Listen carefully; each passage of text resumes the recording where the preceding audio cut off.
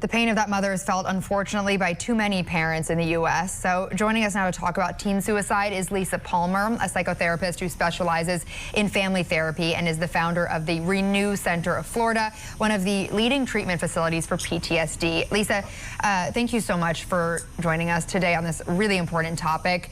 The life of a teenager, of course, has its ups and downs. What are the more specific signs that parents should be aware of that their child might be contemplating suicide? Well, usually anytime someone, even before they contemplate suicide, they definitely have a lot of mood instability and they don't want to go to school. They don't want to be around their friends. A lot of teens also have self-harming behaviors, so that's something that they definitely want to look out for. So during the pandemic, 14 states actually reported that adolescents accounted for a larger share of suicides that year in 2020 than they did over the previous 5 years. I can imagine some of the reasons why the pandemic would lead people to feeling hopelessness or loneliness. So what specifically did the pandemic do to teens specifically to impact those numbers? Well, you have to understand that, depression leads to social isolation, but social isolation can also lead to depression. And teens are developing hormonal and everything else. So during the pandemic, they didn't have a lot of time to socialize. A lot of them were on their phones, on their computers, engaging in technology. Some of them even already had social anxiety. So they really didn't get a chance to develop themselves. And then coming out of the pandemic, and having to really, adjust to society again for a lot of them was very, very difficult, and actually created a lot of depression for many of them.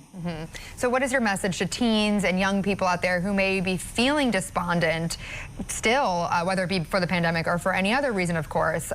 What would your message be to them?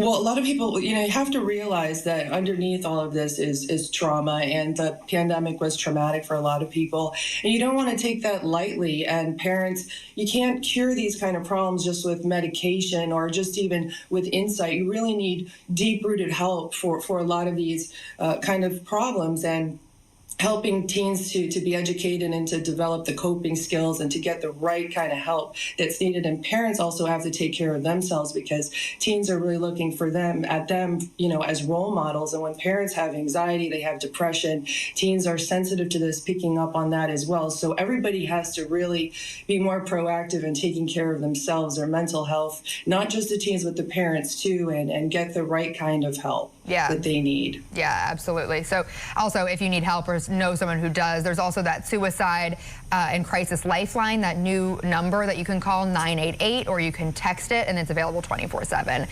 Lisa Palmer, thank you so much for joining us this morning and sharing with us some of your insight and those really important tips. Appreciate it. Thanks for having me on the show. Now,